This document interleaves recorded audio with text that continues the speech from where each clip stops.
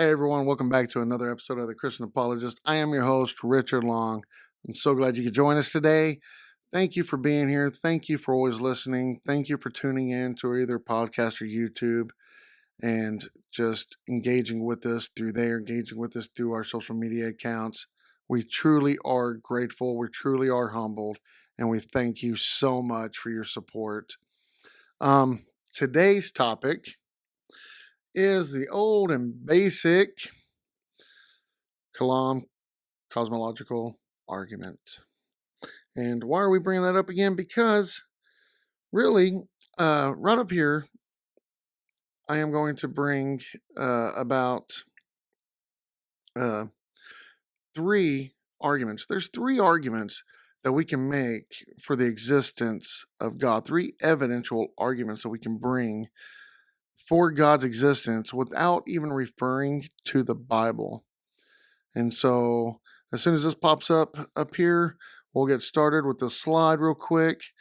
And so the three main arguments of the Bible are the Kalam Cosmological argument, the teleological argument, and the moral argument. Today, I just want to talk about the Kalam Cosmological argument. Okay, so premise one, what is the Kalam Cosmological argument? Well, there's three premises. Premise one, everything that begins to exist has a cause. Should be a no-brainer, right? Everything that begins to exist. So a lot of atheists like to sit there and point out, well, who created God? Well, that doesn't go with the Kalam cosmological argument, because the Kalam cosmological argument, I can't even speak today, specifically states that everything that begins to exist, God didn't have a beginning. Okay, there has to be an unmoved mover. There has to be an uncaused first cause. Okay, so if there wasn't, then whoever created God would be a God, if that makes any sense. So, premise one, everything that begins to exist has a cause. Premise number two, the universe began to exist. This is a scientific proven fact that the universe had a beginning. It's a proven fact. All scientists say it. Well, at least the majority of the scientists say it. 90% of them say it, that it had a beginning. Cosmologists say it. Almost everybody agrees that the universe had a beginning. Premise three, therefore, the universe has a cause. Makes sense, right? Should. So let's look at this. Everything that begins to exist has a cause. That means every physical thing that begins to exist has a material cause. This is a metaphysical statement. It's saying that anything that's physical, you, me, this desk, this microphone, this computer, this camera, this, I don't even know what they call these things. Some kind of mixer, I guess, for podcasting. I don't know what it's called. These lights up here. It's a physical property that had a beginning, so therefore it's made out of material. Therefore, it has a cause. The first premise is the one that most atheists don't argue with, other than those that hold fast to materialism being eternal. There are people out there that do believe that materialism is eternal. But here's my question for that. Can materialism actually be eternal? Well, obviously we're not in person, so I'm going to answer for you. No, it cannot be eternal. Why is that? Okay, well, let's just think about this first off. And this is the only thing I'm going to bring up. This is the only thing I'm going to bring up. There's many, but I'm only going to bring up one. If material is eternal and is the cause of the universe and everything that we know that's in it, and if it's eternal, then what was it doing this whole time before it, out of nowhere, for no reason and no cause, decided to create a universe? That makes no sense. And when would that material have been around? Because Albert Einstein's E equals mc squared says that time, space, and matter have to come into existence at the exact same time for anything to begin to exist. So if material is eternal, then nothing else was eternal. Then when was material? When was it? Where was it? There was no space. Where was it? Just think about it. Premise number 2. The universe began to exist. Alexander Vilenkin, he's a cosmologist. I want to say at, oh my gosh, where is he at? Tufts University. He says he's an atheist, but he says this. He says, with the proof now in place, cosmologists can no longer hide behind the possibility of a past eternal universe. There is no escape. They have to face the problem of a cosmic beginning. Now, why is this a problem? Because something had to have started it, and that's what Vilenkin is calling this is a problem for a cosmic beginning, because something had to start it. It can't be eternal, or the universe would have started a lot longer than 13.8 billion years ago. It would have started way before then, because it's eternal. So Vilenkin knows this is a problem. If the universe was eternal, today never would have gotten here. Now, what do I mean by that? Well, because if, like, let's say from here to here, okay, follow my hands. This is eternal. This is infinity in between these two hands. Well, if this goes back infinitely, and it keeps going, now I'm going out of the screen here, but if it keeps going, then today never would have gotten here, because you would have always had a day before it, before today would have gotten here. There would always be a day before that day. It never would stop. It never would stop. And then, like, how do we have time, like on our watches or anywhere else? How do we have time? How would we know what time it is if time didn't have a beginning? It had to have had a beginning. Every second that goes by, we are prolonging that eternal universe, because at any time it can stop. But we know it's not eternal because a lot of reasons, but the second law of thermodynamics says that we're running out of energy. If something's running out of energy, then that means something wound it up at the beginning, and now it's slowly winding down. It's like spinning a little top. You spin it, it slowly runs out of energy, and it collapses and falls apart. Same thing with the universe. Somebody had to wind it up, somebody had to fill it full of energy, and we are running out. That is a known fact. And one day we will go into heat death, and the whole universe will go away. This is scientific facts. The cosmic microwave background is how they determine the age of the universe. So yes, all my Christian friends out there that want to believe the earth is somewhere between, or the universe is somewhere between 6 to 13,000 years old, that's fine if you want to believe that. I personally don't believe that. I do believe the scientific data shows enough evidence to say that the universe is 13.8 billion years old and the earth is 4.5 billion years old. I do believe the evidence for that. Premise 3. Therefore, the universe has a cause. Now, here's my other question. How old do you see the universe is? That's what we were just going over. Some people say 6 to 13,000 years old, while others like me say it's 13.8 billion years old. I believe in the Big Bang. That's what I believe in. I do believe there was a Big Bang. The only difference between me and atheists and agnostics and scientists that are atheists and agnostic is I know who banged it. That's the difference. That's the big difference. So now, why is the cosmological argument an argument for God's existence? For one, if the universe had a beginning and all the evidence points to there being one, with even atheists admitting the data for it, then that means it had to have had a beginner. That only makes sense. You use Occam's razor. You don't keep degrading things when Occam's razor says you just go back to the necessary point where that could possibly be the most logical answer. And there being a God is the most logical answer. Now, we're not talking about the Christian God, so atheists don't start commenting everywhere and everything else saying, oh, how do you know it's a Christian God? We're not getting into the which God it is. We're just talking about that there has to be a theistic God to have created the universe. 2, like I was saying earlier, Einstein's theory of general relativity, for anything to exist, time, space, and matter has to come into existence at the exact same time. And I know this it should be kind of obvious to everyone, to me at least it is nothing comes from nothing, people. Nothing literally means no thing. No thing. There's nothing. That doesn't mean there was a quantum vacuum. That doesn't mean there were some kind of material out there in the Planck scale that's so small. No, that means there was no thing.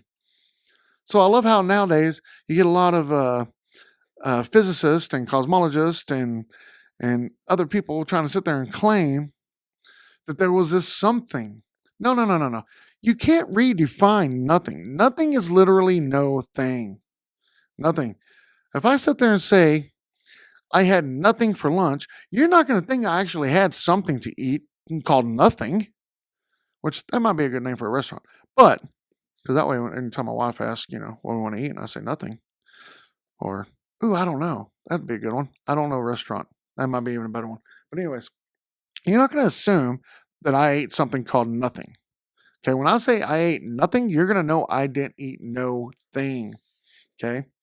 Before the creation of the universe, nothing existed. There was no material. You can't go from the state of non being to being without an external force. Something had to have created it, something had to have caused it. You don't go from one state to another without something acting on it. Those are facts. Just plumb facts. And the Kalam Cosmological argument is also known as the contingency argument, also known as the Leibnizian, I think that pronounced his name right, Leibnizian cosmological argument. Here's Gottfried Wilhelm Leibniz. He was a German mathematician and philosopher from 1646 to 1716. And around 1714, Leibniz asked the question, why is there something rather than nothing? And that's what prompted the contingency argument. There's 5 premises to the contingency argument. 1, everything that exists has an explanation of its existence. It's either through necessity by nature or an external force. The universe exists. That's kind of obvious, hopefully, to everyone. In the beginning, there was no materials, therefore no nature, therefore only an external force was present. If nothing was there, there was no material, then that means there could have been no nature, and everything that begins to exist is either from necessity by nature or an external force. This isn't just like some guy that just made this up. These are just scientific facts. Okay?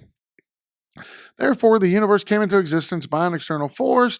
Therefore, the explanation of the universe's existence is God. Now, I know a lot of atheists are going to say, how can you go from there being an external force to saying, oh, there was God? Because whatever this external force was has to be timeless, spaceless, and immaterial. At least those 3 things. We're not going to talk about moral and personal and all these other attributes that God would have to be. Let's just bring up these 3: timeless, spaceless, and immaterial. I think I just flipped you off, and I'm sorry if I did that. But it has to be these 3 things. And those 3 things are part of the nature of when we say God. Name one other thing that has those 3 characteristics. You can't name one. It is God. So, those are my arguments for the Kalam cosmological argument. Now, let me see if I can pull this up real quick while we're here.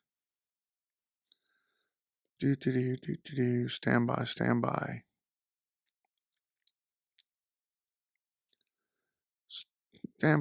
by. Okay, I'm going to pull this up real quick so everybody can see, because we're talking about the universe and how some people think it's 6,000 to 13,000.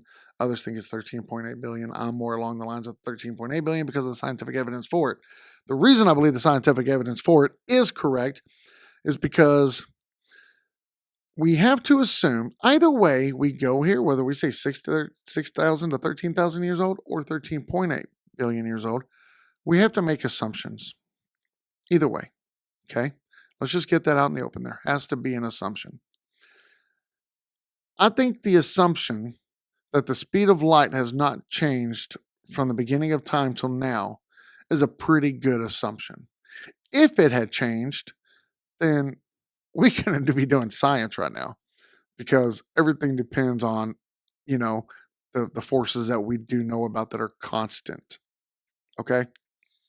So, Let's go. I'm just going to pull up these slides real quick. We're going to go through this real quick. So, does the Bible say that the universe is young? The initial creation started before day one. The Bible doesn't mention how old the universe is. Before day one, what does the very beginning of the Bible say? In the beginning, God created the heavens and the earth. He doesn't say when. Now, you could say, oh, that was a prelude of what's to come. You could, but now you're assuming. That's an assumption.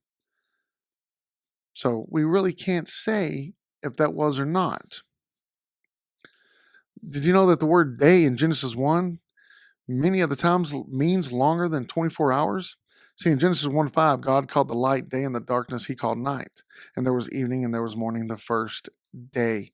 So the word day there is a 12-hour period because the light was day, during the daylight was day, that's 12 hours, and at nighttime, approximately, is the nighttime, and that's 12 hours. The third day seems to take longer than 24 hours because it says that it's the growth of the vegetation, including fruit bearing plants. Now, we can assume and say, well, God sped up the process of these seed bearing plants and they grew over like within a second. We can say that, but we're having to assume. We don't know that for a fact. We're having to assume. And if that didn't take place, it's going to take longer than 24 hours. I don't care if you have extra strength and miracle grow on this stuff. It isn't going to grow within 24 hours. A seed bearing plant, trust me, my wife tries to grow plants and vegetables all the time. It does not happen overnight. The sixth day also seems to require longer than 24 hours, and that was Adam naming all the animals. Now, if you see on the slide here, it says Brad Stein. Brad Stein is a Christian comedian, and he's quite hilarious. You can look him up on YouTube. But he gives this analogy. He says, so, God comes to Adam and says, you know what, buddy? I want you to name all the animals. And Adam's like, yeah, buddy, I got this. I can do this. Let's get this going. And the first animal comes walking by and he goes, rhinoceros. Yeah, that's a good one. And here comes another one. Hippopotamus. And he's like, oh, that's a great one. That's a great one. Imagine all the animals alive back then. By the end of the day, Adam was down. He's kind of down like this. He's worn out. I mean, he is worn out. He's been naming these animals all day long. He's just worn out. And he's got his head down. And here comes another animal across. And Adam just kind of looks up at it and says, dog. Here comes another one. Cow. He got tired. So it's pretty funny. You got to watch the YouTube video. It's great. It's hilarious. But the point is it's going to take longer than 24 hours to name every single animal. And the biggest evidence that we have that these words day doesn't mean necessarily 24 hours is in the seventh day. The seventh day is longer because it has not ended. God is still at rest since his creation. And that's been, if you want to say 6,000 or 13,000, that's over 13,000 years that we've been in day 7. So the word day is not necessarily meaning 24-hour period. So that's why I believe the science is good for it. I believe scientific evidence. I believe the cosmological constants and just the constants of the gravitational constants, the light speed constant. I believe those things are valuable. I think they're credible. And I think that through those, we can see that the Earth is older than a few thousand years old, or that the universe has been here longer than 6 to 13,000 years old. I do believe in the Big Bang. I only know who banged it. You all have a blessed week, and God bless.